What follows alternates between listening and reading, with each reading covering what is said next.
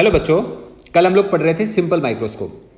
तो हम लोग एक दो न्यूमेरिकल की प्रैक्टिस करें। हमें कितना समझ में आया था लास्ट टाइम? थोड़ा सा मैं लास्ट टाइम का ब्रीफ बता देता हूँ। मैंने आपको क्या समझाया था। सिंपल माइक्रोस्कोप का मतलब होता है हमारे पास एक लेंस होगा, वी हैव अ लेंस, और इसके सामने हम हमारी आई होगी कुछ ऐसे, ये हमारी आई होगी और ये देख रही होगी किसी पर्टिकुलर ऑब्जेक्ट को। और अगर ऑब्जेक्ट हमने यहाँ पे रखा हुआ है तो ये ऑब्जेक्ट हमेशा लेंस के फोकस के आगे होगा। इमेज वर्चुअल बनेगी, रे कुछ ऐसे जाएगी, फिर ऐसे जाएगी, फिर ये ऐसे रिफ्रैक्ट होगी।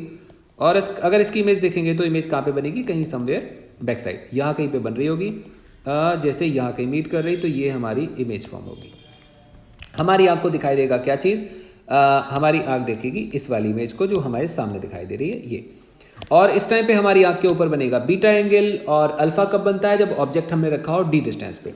उसके हिसाब से मैग्नीफाइंग पावर आती है बीटा अपॉन अल्फा के इक्वल। जब हम इसको सॉल्व करते हैं तो हमें दो केसेस मिलते थे। पहले केस में मैग्नीफाइंग पावर आ रही थी डी अपॉन एफ, दूसरे केस में मैग्नीफाइंग पावर आ रही थी 1 प्लस डी अपॉन एफ। ये मैग्नीफाइंग पावर मिनिमम है और ये मैग्नीफाइंग पावर मैक्सिमम है। ये कब आती है? जब ऑब्जेक्ट हमें दिखाई देगा इनफाइनाइट पे। ये कब आती है? जब ऑब्जेक्ट दिखाई देगा हमें least distance of distinct vision पे। लेकिन अगर उसके कहीं बीच में दिखाई देगा, मतलब अगर least distance of distinct vision पे ऑब्जेक्ट दिखेगा तो इतनी मैग्नीफाइंग पावर आएगी, मिनिमम इतनी आएगी। अगर कहीं बीच में होगा तो उसकी पावर इसके और इसके बीच में कहीं पे आएगी। परफेक्ट, ये बात आपको ध्यान देनी पड़ेगी। सपोज करो मैं आपसे एक एग्जांपल पूछता हूं। वो एग्जांपल कुछ इस तरह से है कि a child has near point, a child has near point. Near point का मतलब ये वाला, child has near point at 10 centimetre. What is the maximum angular magnification the child can have? उसने बोला angular magnification क्या आना चाहिए?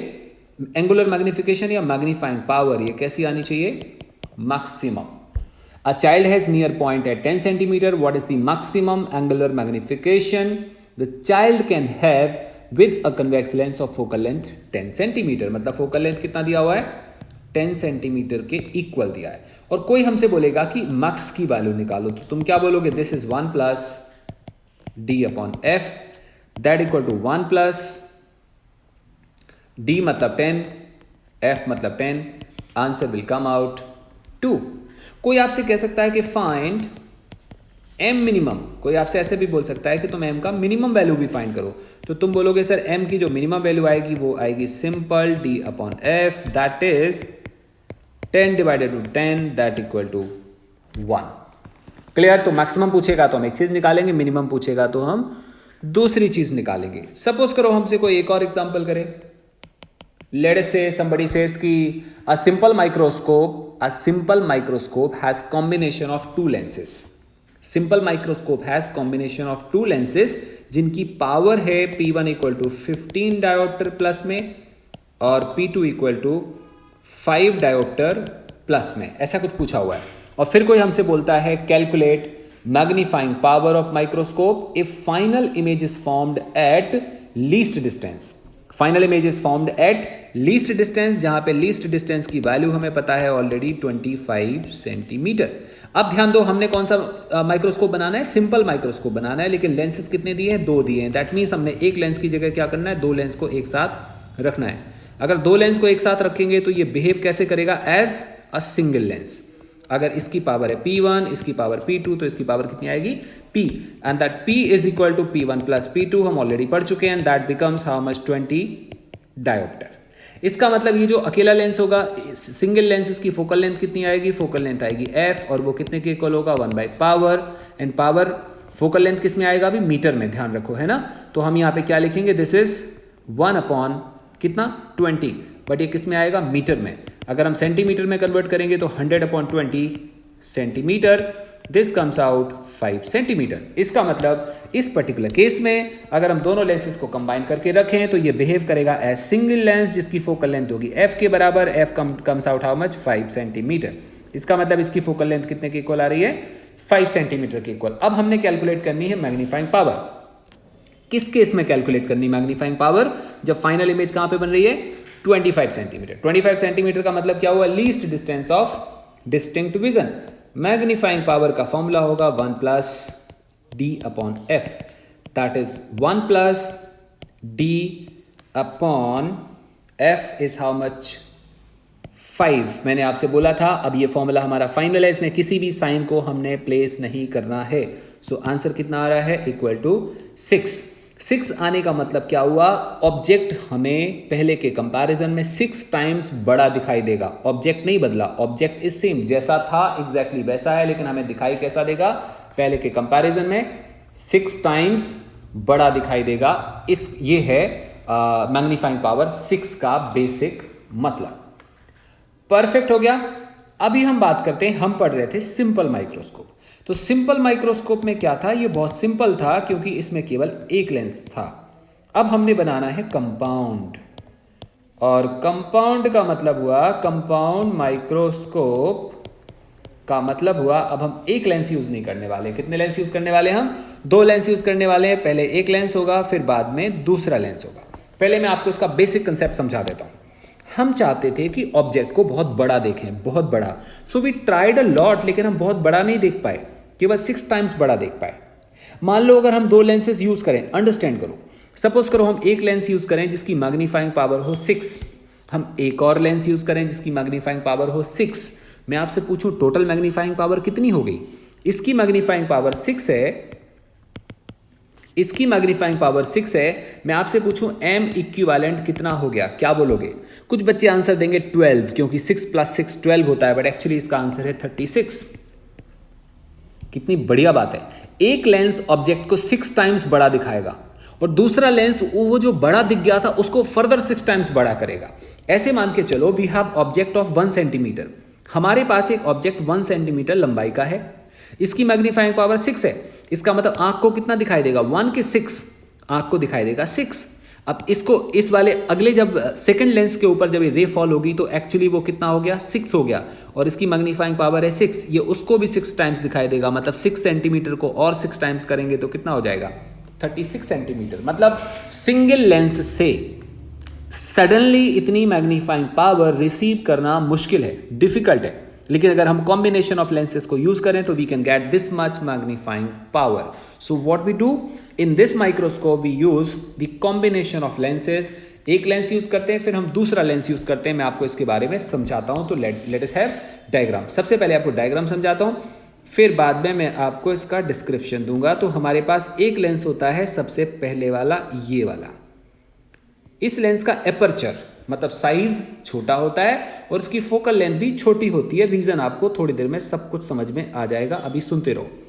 पहले वाला लेंस ऑब्जेक्ट की तरफ रखा होता है, इसीलिए इसका नाम होता है ऑब्जेक्टिव लेंस. क्यों होता है ऑब्जेक्टिव लेंस? क्योंकि ऑब्जेक्ट की तरफ रखा होता है. दूसरा लेंस यहां पे होता है जिसकी फोकल लेंथ रिलेटिवली ज्यादा होती है, बहुत ज्यादा तो नहीं होती, रिलेटिवली ज्यादा होती है. इसको हम बोलते हैं इंटरमीडिएट फोकल लेंथ.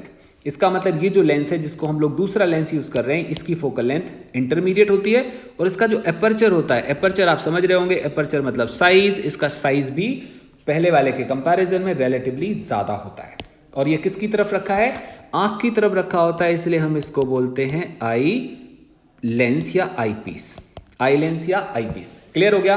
पहले वाले लेंस को ऑब्जेक्टिव लेंस जिसकी फोकल लेंथ कैसी है? कम है, और एपर्चर मतलब साइज भी छोटा है. इसकी फोकल लेंथ रिलेटिवली ज्यादा है और साइज भी काफी ज्यादा है, इसको हम बोल रहे हैं आई पीस. इतनी बात हमें समझ में आ गई है. अब हम क्या करेंगे? आंख बेसिकली कहां पे होगी हमारी? हमारी आंख कहीं पीछे होगी. पीछे मतलब वी कैन हैव, यहां पे हो सकती है हमारी आंख, आप इमेजिन करो, यहां भी हो सकती है, या हम यहां से भी देख सकते हैं, यहां कहीं भी हो सकती है.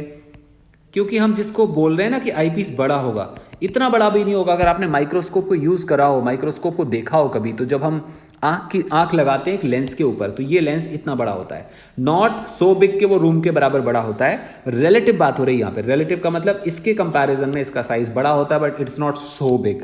क्लियर? हम जब आंख को ऊपर रखते हैं तो हमारी आंख का साइज लेंस के ऊपर काफी हद तक ओवरलैप हो जाता है. इतना ओवरलैप हो जाता है मतलब लेंस साइड से थोड़ा ही निकला होता है. सो वी कैन शो कि हम आंख को यहां रख रहे हैं, यहां रख रहे हैं, मतलब हम अल्टीमेटली आंख को पीछे रख के देखने वाले हैं. परफेक्ट बात होगी. चलो, बहुत अच्छी बात है. इसका काम क्या है? इसका काम यह है कि जो ऑब्जेक्ट तुम सामने रखोगे उसको वो बड़ा करेगा. अब बड़ा कैसे करेगा, वर्चुअली कि रियल? रियल करेगा बड़ा, क्योंकि दो बातें हैं।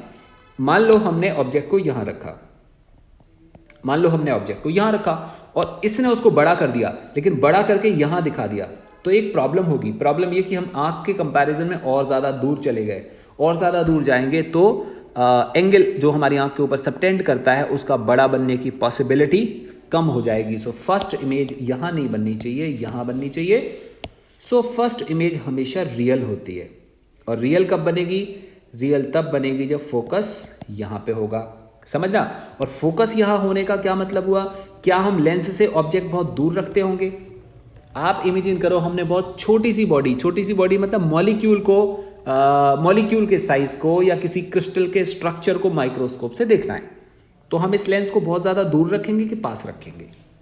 आंसर आएगा सर पास में ही रखेंगे, दूर तो नहीं रखेंगे। हाँ, इसका मतलब ये ऑब्जेक्ट इसके पास है, और फोकल लेंथ कहाँ होनी चाहिए? फोकल लेंथ बीच में लाई करनी चाहिए, तभी रियल इमेज बनेगी। इसका मतलब ये ऑलरेडी पास है और फोकस यहाँ लाई कर रहा है, तो फोकल लेंथ ज़्यादा होनी चाहिए कि कम होनी चाहिए?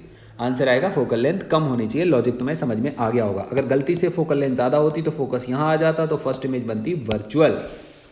बननी कैसे चाहिए? रियल। सो रे will be moving like this, और इमेज बनेगी ऐसे, और ये रेज रुकने वाली नहीं है, यहाँ गिरेंगी, और ये वाली रे जो जा रही थी वो कुछ यहाँ गिरेगी। आई होप आपको समझ में आ गया। अगर आपको रे सीधे नहीं दिख रही है तो आप सीधा बना सकते हैं। यू विल अज्यूम कि ये रे बिल्कुल सीधी जा रही है, थोड़ी सी टेढ़ी हो गई है, और ये रे बिल्कुल सीधी जा रही है, लेंस पे गिर गई है। लेंस पे गिरने के बाद से फिर ये रिफ्रैक्ट होंगी। तो इनफैक्ट ये जो ऑब्जेक्ट था इसकी जो फर्स्ट इमेज बनेगी वो यहाँ पे बनेगी। अगर इसका नाम है ए बी तो इसका नाम होगा ए डैश बी डैश। आप समझो, इन रेज से इमेज को दिखाना हमारे लिए पॉसिबल नहीं होगा, हमें समझ में नहीं आएगा कि क्या हो रहा है। तो तुम ऐसे मान के चलो कि सर देखो इसमें से जो रेज जाएंगी वो यहाँ मिलेंगी, अगर यहाँ मिलेंगी तो यहाँ पे लाइट मोमेंटरली मिलेगी, और ऐसे लगेगा जैसे ये वाला पॉइंट ग्लो कर रहा हो, ऐसे लगेगा जैसे ये वाला पॉइंट ग्लो कर रहा हो। तो ग्लोइंग पॉइंट से तो रेज हर डायरेक्शन में जाएंगी, यहाँ भी जाएंगी, तो हम ऐसे मान सकते हैं कि एक रे इधर भी जाएगी। ये मानने का ये फायदा है कि इमेज को बनाना आसान हो जाएगा, और साथ साथ में एंगल भी दिखा पाएंगे कि बीटा कौन सा वाला एंगल है। तो अब आप बोलोगे सर एक रे मान लो इधर को जाएगी, ये रे इधर को चलेगी, बाकी रे रिफ्रैक्ट होंगी, और रिफ्रैक्ट होके मान लो ये वाली रे ऐसे चले गई। ऐसे रिफ्रैक्ट क्यों हो रही है? क्योंकि फर्स्ट सेकेंड इमेज कैसे बननी चाहिए? सेकेंड इमेज रियल होनी चाहिए कि वर्चुअल? अगर गलती से ये वाली इमेज रियल हो गई तो कहाँ बनेगी? पीछे बनेगी। आंख तो यहाँ है, कुछ नहीं दिखेगा, इमेज कहाँ बननी चाहिए? आंख के सामने। तो कैसे बननी चाहिए? वर्चुअल। इसका मतलब इसको हम बैक ट्रेस करेंगे, और इसको भी हम बैक ट्रेस करेंगे, और वो कहीं यहाँ बनेगी। यहाँ का मतलब कहीं यहाँ। ध्यान देना एक बात, बहुत बारी ये वाली इमेज यहाँ बन जाएगी, बहुत बारी यहाँ बन जाएगी, बहुत बारी लेंस के ऊपर बनेगी। इट डज नॉट मीन कि लेंस के ऊपर बन रही है। इसका मतलब है कि इसकी जो पोजीशनिंग आ रही है वो लेंस के बराबर डिस्टेंस पे आ रही है, डज नॉट मीन कि लेंस के ऊपर बन रही है। ये यहाँ बन रही है, इसका ये मतलब नहीं कि माइक्रोस्कोप से बाहर बन रही है। इसका ये मतलब है कि जब तुम यहाँ से देखोगे तो वो हमें इतने डिस्टेंस पे दिखाई देगी, बस, इससे ज़्यादा कुछ मतलब नहीं है, क्योंकि ये वर्चुअल है। वर्चुअल का मतलब रियलिटी में तो बन नहीं रही है। सो हमारी आंख ऑब्जर्व करेगी कि इमेज कहाँ पे दिख रही है। सो कुछ बुक्स में तुम देखोगे कि ये जो इमेज यहाँ बन रही है वो यहाँ बन रही होगी, कुछ में यहाँ पे दिखाएंगे। सो घबराने की जरूरत बिल्कुल भी नहीं है। परफेक्ट हो गया। इसको हम नाम देंगे A double dash B double dash. इसका मतलब ए बी था object, A dash B dash was image, और जो ये इमेज है वो इसके लिए ऑब्जेक्ट का काम करेगी। रे रिफ्रैक्ट होंगी और फाइनल इमेज कहाँ पे फॉर्म होगी? फाइनल इमेज यहाँ पे फॉर्म होगी। आई थिंक आपको समझ में आ गया होगा। और इस वाले एंगल को हम क्या बोलेंगे? इसको बोलेंगे हम beta. What is beta? Beta is angle subtended on I at last. Last में आंख के ऊपर कितना एंगल बन रहा है उसको हम नाम दे रहे हैं बीटा। परफेक्ट हो गया जी, इतना हमें बात समझ में आता है। कोई आपसे बोले सर अल्फा किधर है? अल्फा फाइंड करना क्यों है? अल्फा हमें इसलिए फाइंड करना है क्योंकि हमें मैग्नीफाइंग पावर निकालनी है। So where is alpha? कुछ बुक्स में क्या करते हैं, अल्फा इसी डायग्राम में दिखा देते हैं। मैं इस डायग्राम में नहीं दिखा रहा, मैं अलग से डायग्राम बना रहा हूं। आपको पता अल्फा कौन सा एंगल था? अल्फा वो एंगल था जो आंख के ऊपर बन रहा था। कब? विद इंस्ट्रूमेंट और विदाउट इंस्ट्रूमेंट? आंसर आता है सर विदाउट इंस्ट्रूमेंट। अल्फा हमेशा सेम होता है। हम सिंपल माइक्रोस्कोप की बात करें या कंपाउंड माइक्रोस्कोप? तो सबसे पहले अल्फा की बात करें, तुम बोलोगे सर ये हमारे पास, ये हमारी आई है, दिस इज आवर आई, और इसके सामने एक ऑब्जेक्ट रखा है, सेम, कौन सा वाला ऑब्जेक्ट? सेम यही रखा है। इसको कितना दूर रखें जिससे अल्फा बने? तो याद है, मैं अल्फा उस एंगल को बोलते हैं जो हमारी आंख पे बनता है जब ऑब्जेक्ट कितना दूर रखा होता है? डी डिस्टेंस दूर रखा होता है। इसका मतलब हम इसको क्या बोलेंगे? This is called alpha. I hope आपको समझ में आ गया होगा। अल्फा आप समझ गए। कुछ बुक्स में क्या करते हैं, कुछ बुक्स में यहाँ पे ऐसे बना देते हैं, जैसे ए बी है ना, ए बी को यहाँ दिखा देते हैं और यहाँ से रे डाल देते हैं और बोल रहे होते हैं ये अल्फा है, लेकिन फिर जो ए बी होता है वो डी डिस्टेंस पे अज्यूम कर लेते हैं। सो मैं सेम डायग्राम में, इसी डायग्राम में अल्फा नहीं शो कर रहा हूँ, मैं अल्फा अलग दिखा रहा हूँ। हमेशा अल्फा का मतलब होता है angle subtended on I by the object when object is placed at least distance of distinct vision. जब लीस्ट डिस्टेंस पे रखा होगा उस टाइम जो एंगल बनेगा उसको हम हमेशा अल्फा बोलते थे। तो एक्चुअली टेन अल्फा क्या आएगा? एक काम करते हैं, इसको हम ई बोल देते हैं। ई मतलब आई। Tan alpha is what? तो टेन अल्फा आएगा A B upon A E. Perfect हो गया, ए बी अपॉन ए ई, और हम लोग इसको सिंपल अल्फा भी बोल सकते हैं। So alpha equal to A B upon A E. ऐसा हम लोगों ने क्यों लिख दिया? बिकॉज अल्फा बड़ा नहीं होगा, अल्फा छोटा होगा। मालूम है, क्योंकि हम माइक्रोस्कोप की बात कर रहे हैं, चीज़ें बहुत छोटी होंगी, और छोटी होंगी तो अल्फा एक्चुअली छोटा बनेगा। सो टेन अल्फा को हम सिंपल अल्फा बोल सकते हैं। So tan alpha equal to A B upon A E, that is the value, and हमें समझ में आ गया। Now what is beta? Beta हमें सामने दिख रहा है। बीटा को लिखने के बहुत सारे मेथड है। हम लिख सकते हैं tan beta equal to this, ऐसे भी लिख सकते हैं दिस डिवाइडेड बाय दिस, ऐसे भी लिख सकते हैं, या हम लिख सकते हैं tan beta equal to this divided by this, हमारी चॉइस है। तो ऐसा करते हैं हम लोग, इसको हम लोग बोल देते हैं C2, और ये ऑप्टिकल सेंटर है, इसको हम बोल देते हैं C1। ऐसे कुछ हम लोगों ने नेमिंग दे दिया। So now when we talk about कि हमें बीटा निकालना है। बीटा क्यों निकालना है? क्योंकि मैग्नीफाइंग पावर निकालनी है। मैग्नीफाइंग पावर का मतलब क्या हुआ?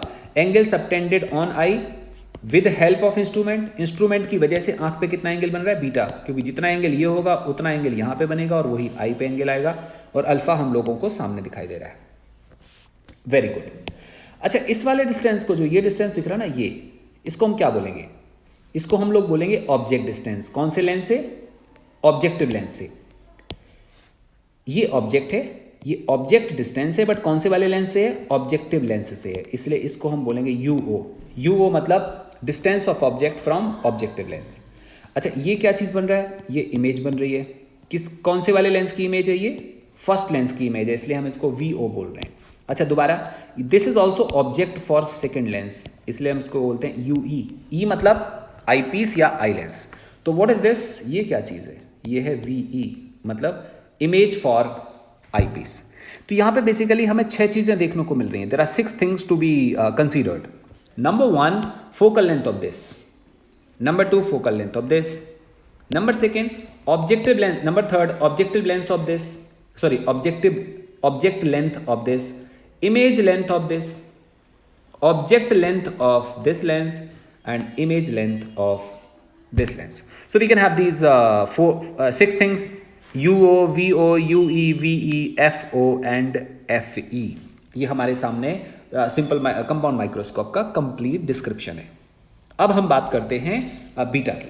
सो now we talk about triangle A dash B dash C2।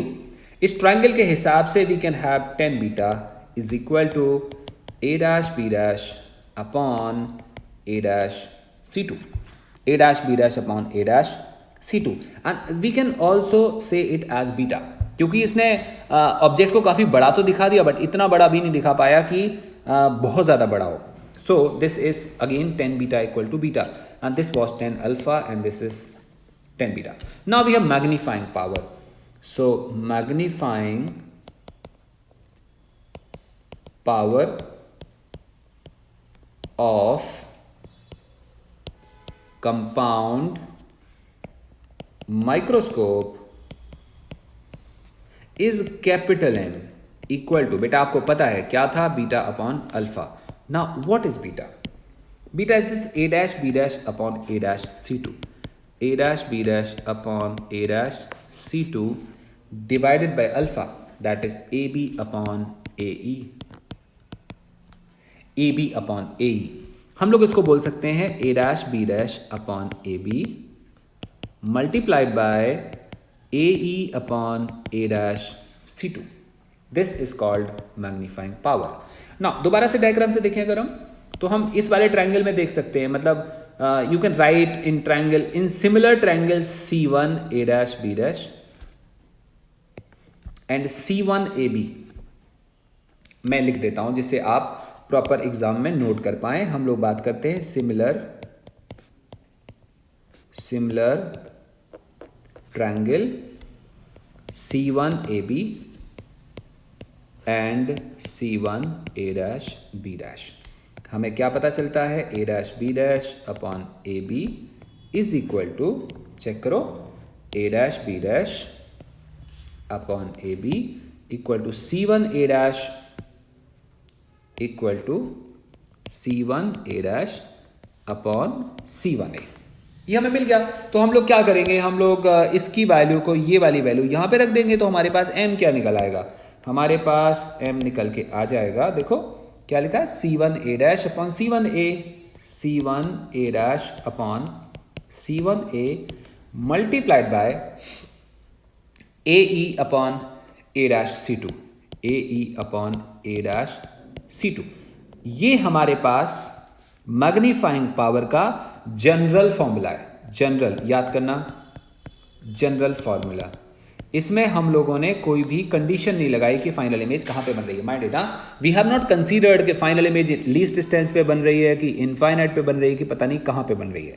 अगर आप डिफरेंट बुक्स में पढ़ेंगे तो आप कंफ्यूज हो सकते हैं. सो आई वुड रेकमेंड यू कि आप अगर ये आर्टिकल मेरे इससे पढ़ रहे हो तो आप केवल इसी से पढ़ो. डिफरेंट बुक से आप न्यूमेरिकल सॉल्व करो, उनका आर्टिकल मत देखना, कई बार वो बहुत ज्यादा कंफ्यूज कर देते हैं. राइट. सो हमारे पास ये एक रिलेशन आ गया मैग्नीफाइंग पावर का जनरल रिलेशन. अब हम क्या करते हैं, वैल्यूज डालते हैं विद साइन वैल्यूज डालेंगे. तो हम लोग क्या लिखेंगे, C1 A डैश क्या चीज है पहले हम समझें.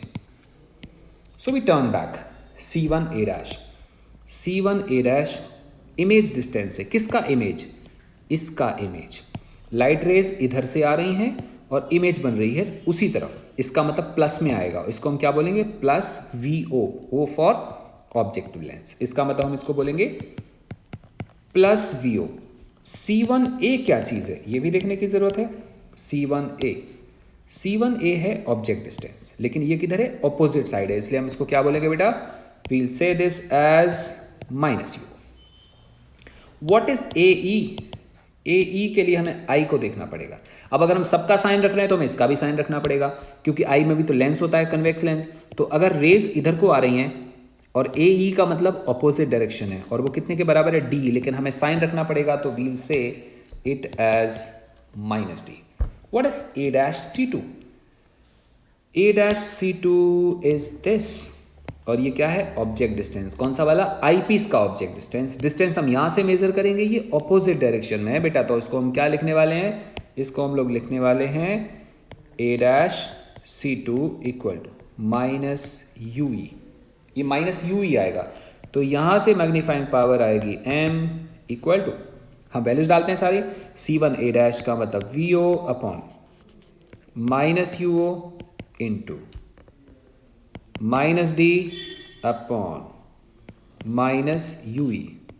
This is minus VO upon UO D upon UE magnifying power का जनरल फॉर्मूला. ध्यान देना, जनरल फॉर्मूला परफेक्ट. और ये माइनस में आ रहा है. माइनस का मतलब हमें साफ साफ समझ में आ रहा है डायग्राम को. देखो ऑब्जेक्ट को हमने सीधा रखा था और फाइनल इमेज कैसे दिख रही है, इन्वर्टेड, इसीलिए साइन आ रहा है कैसा, माइनस में. तो हम लोग कह सकते हैं कि general formula of magnifying power for compound microscope is M equal to minus VO upon UO D upon UE. This is the general formula of magnifying power for compound microscope and ये हमारे पास relation आ जाता है. अब हम बात करते हैं इसमें केसेस की. केस 1 एंड केस 1 हो सकता है कि final final image at infinity. Imagine करो अगर फाइनल इमेज इन्फिनिटी पे बनेगी, आप सोचो इन्फिनिटी या लार्ज डिस्टेंस हम ऐसे बोल सकते हैं। अगर ये लार्ज डिस्टेंस पे बनेगी तो फिर ये कहाँ पे होगा, ये इसके फोकस पे होगा। अंडरस्टैंड कर पा रहे हैं? इसका मतलब जो यू ई आएगा उसको हम क्या लिखेंगे, सिंपल एफ ई लिखेंगे। तो अगर फर्स्ट पॉइंट लिख रहा है कि final image at infinite distance से लार्ज डिस्टेंस, तो एम इक्वल टू आएगा minus V O upon U O and D upon U E. ये हमें समझ, sorry D upon F E. बहुत ध्यान से समझना है, यहाँ पे अलग अलग फॉर्मूले मिक्स हो जाएंगे, आप परेशान हो सकते हो। ये हमारे पास रिलेशन आएगा, लेकिन कब आएगा स्पेसिफिकली, जब फाइनल इमेज कहाँ बन रही है, इनफाइनाइट डिस्टेंस पे। कोई तुमसे ये भी बोल सकता है सर लेंथ ऑफ माइक्रोस्कोप बताओ। लेंथ ऑफ माइक्रोस्कोप किस वाले केस में, इस पर्टिकुलर केस में लेंथ ऑफ माइक्रोस्कोप बताओ। हम लोग इसको एल से डिफाइन करेंगे। एक्चुअली माइक्रोस्कोप कहां से स्टार्ट होता है, सोचो। माइक्रोस्कोप स्टार्ट्स फ्रॉम, यहां से शुरू होगा। आपको पता है कि जब आप माइक्रोस्कोप को होल्ड करोगे ना, तो अपने फिंगर से या हाथ से टच करके ये वाला लेंस टच कर सकते हो। इसका मतलब इस लेंस के बाहर माइक्रोस्कोप नहीं होता है और इस लेंस के पीछे भी माइक्रोस्कोप नहीं होता है। इसका मतलब यहां से शुरू होता है और यहां पे खत्म हो जाता है। तो length of microscope is this, और वो किसके इक्वल होगा, वो होगा this VO plus UE. Clear है ना, वीओ प्लस यूई। तो अगर हम जनरल केस में लेंथ ऑफ माइक्रोस्कोप की बात करें, जनरल केस का मतलब हुआ इस वाले केस में लेंथ ऑफ माइक्रोस्कोप की बात करें, तो लेंथ का फॉर्मूला होना चाहिए था वीओ प्लस यूई। हम लोग मॉड क्यों ले रहे हैं, क्योंकि गलती से साइन आप नेगेटिव ना कर दो, इसमें नेगेटिव नहीं करना पड़ेगा, वीओ प्लस यूई। लेकिन कोई बोले इस केस में लेंथ ऑफ माइक्रोस्कोप बताओ, इस पर्टिकुलर केस में, तो कितना आएगा, ये आएगा वीओ प्लस यूई नहीं लिखेंगे, बट हम क्या लिखेंगे, एफ ई। ऐसा हम लोग क्यों कर रहे हैं, ऐसा हम लोग इसलिए कर रहे हैं बेटा, क्योंकि ये यूई नहीं होगा बट क्या होगा, एफ ई के बराबर होगा। ये फोकल लेंथ के इक्वल होगा और ये क्या होगा, वीओ के इक्वल होगा। So we have got this relation, perfect. इस केस में लेंथ आ गया। इस केस में हम सब केस लिखते हैं, सब केस, और सब केस आ रहा है इसके अंदर, और उसमें हम लोग ऐसे मान के चलते हैं कि जो ऑब्जेक्ट है, object is very close to focus. अब समझो इस वाले केस को, बहुत ध्यान से समझना। अगर हमारा ये वाला ऑब्जेक्ट फोकस के ज्यादा पास होगा तो इमेज कहां पे बनेगी, आप सोचो। जब फोकस के ज्यादा पास होता है तो हम बोलते हैं इमेज बहुत दूर बनेगी।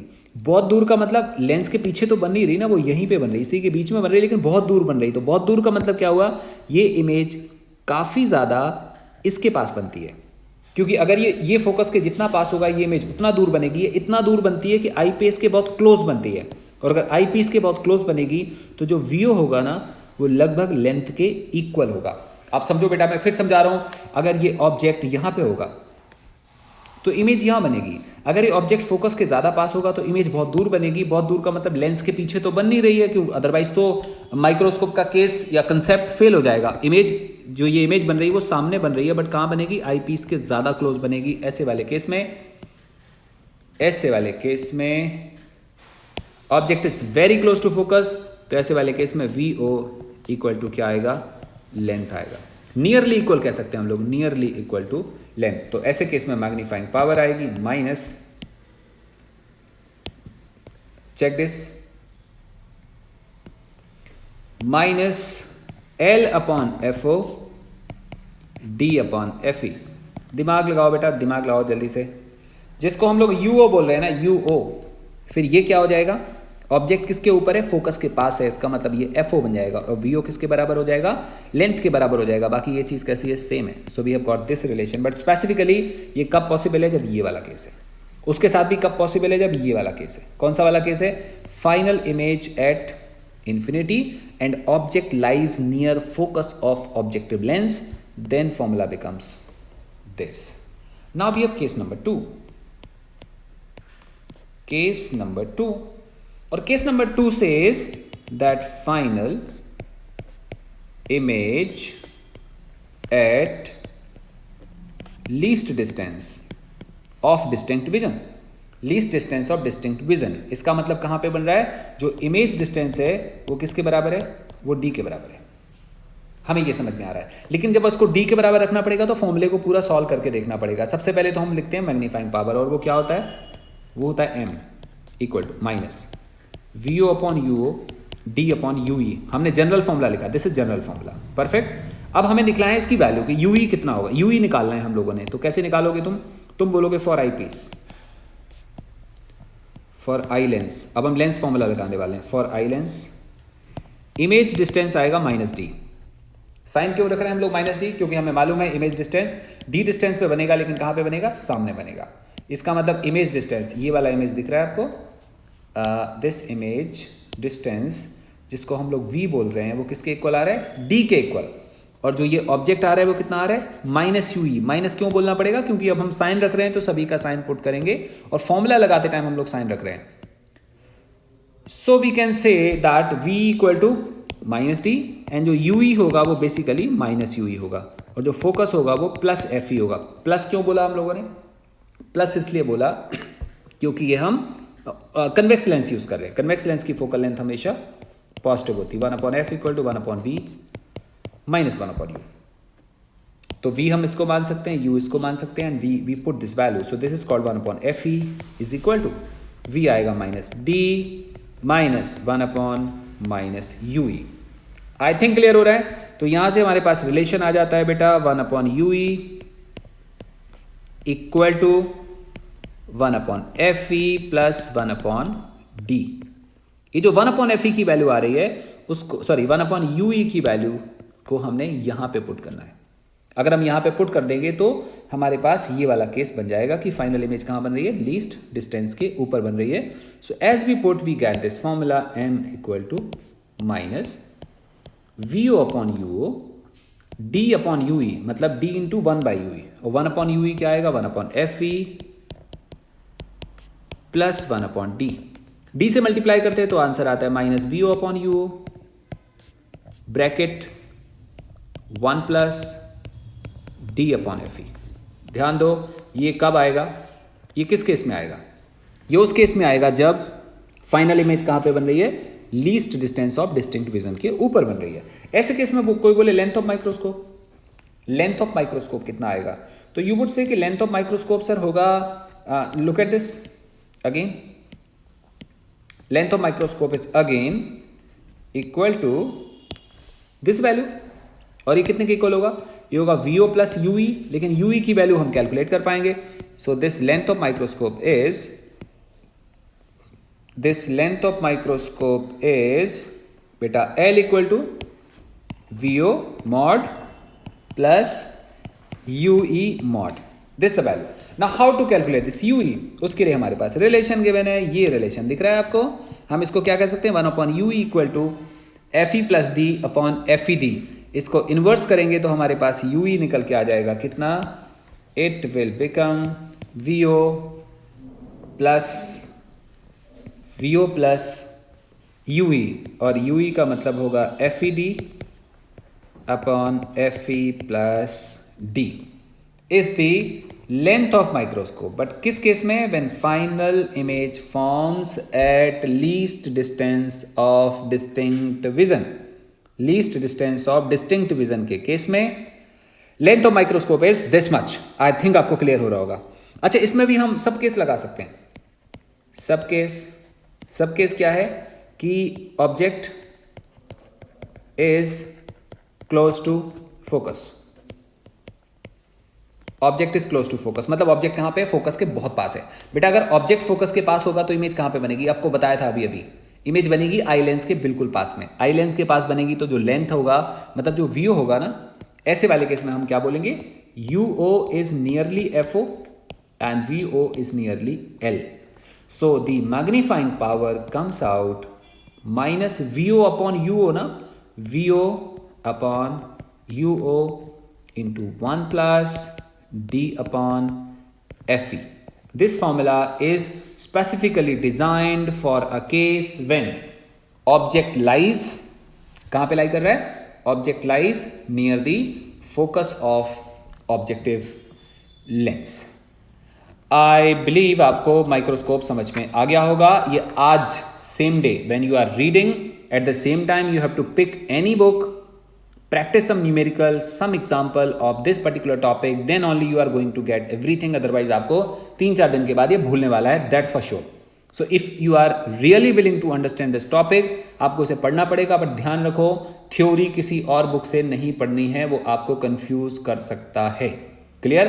दैट कैन मेक यू, बहुत सारा आपको डिफिकल्टी आ जाएगी. वो उसने रे डायग्राम किसी और से बनाया होगा, किसी और तरह से करा होगा, तो फिर प्रॉब्लम आएगी. इसलिए आपने क्या करना है, आपने थ्योरी यहाँ से पढ़नी है, न्यूमेरिकल आप किसी पर्टिकुलर बुक से सेम डे सॉल्व कर सकते हैं. थैंक यू सो मच बेटा आज के टॉपिक के लिए. Bye bye.